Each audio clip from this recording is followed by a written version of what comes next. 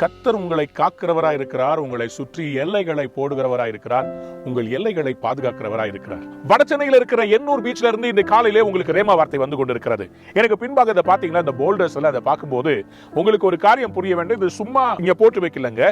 Tsunami வந்து காசிமேடு பகுதியில பலருடைய வீடுகளுக்குள்ளே புகுந்து பலருடைய போட்டுகளை அடிச்சுட்டு போன பிறகு நம்முடைய அரசாங்கம் இந்த அருமையான போல்டர்ஸ் எல்லாம் வச்சு இந்த இடத்துல இருக்கிற மீனவ மக்கள் பாதுகாக்கப்படுவதற்காக, இங்க இருக்கிற ஜனங்களுடைய பாதுகாப்புக்காக, இந்த கடல் மாறி உள்ள வந்துடக்கூடாதுன்றதுக்காக இதை அருமையா ஏற்படுத்தி வச்சிருக்காங்க. பின்னாடி பாருங்க, கண்ணு கட்டின தூரத்துக்கு இதை செஞ்சு வச்சிருக்கிறாங்க.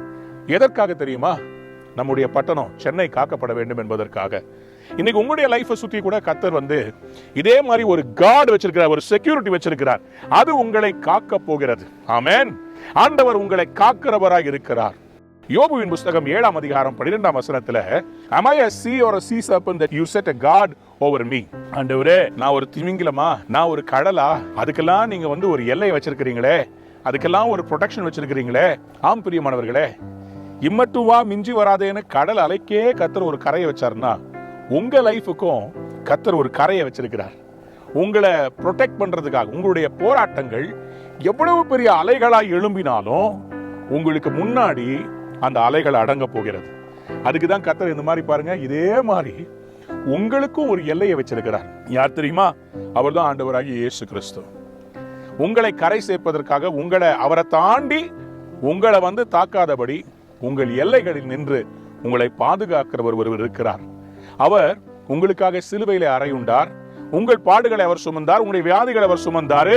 அது கேன்சரா இருக்கட்டும், எந்த நோயா இருக்கட்டும், அலை போல அது திரண்டு வந்தாலும் இந்த பின்னாடி இருக்கிற இந்த போல்டர்ஸ் மாதிரி ஆண்டவர் அருமையா தடுத்து நிறுத்தி, வராத என் பிள்ளைய தொடாதேன்னு சொல்லி கடல் அலைகளுக்கு கூட ஒரு எல்லைகளை வைத்து உங்களை காப்பாற்றுகிறவரா இருக்கிறார்.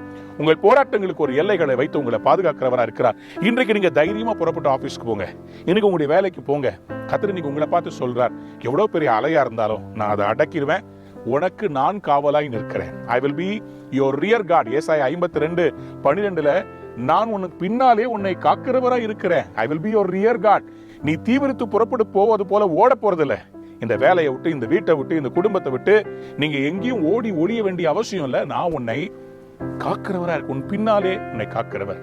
இந்த நாள் அவர் உங்களை காக்கிறபடினால் எல்லாவற்றிலும் நீங்க ஜெயிப்பீர்கள். இந்த பிரச்சனை மாறும். அலை போல பெருசா எழும்புனது உங்களுக்கு முன்னாடி அது அப்படியே அடங்கிரும். ஏன்னா உங்க முன்னாடி இயேசு நிற்கிறார். அவர் உங்களை காப்பார். God bless you. Have a wonderful day.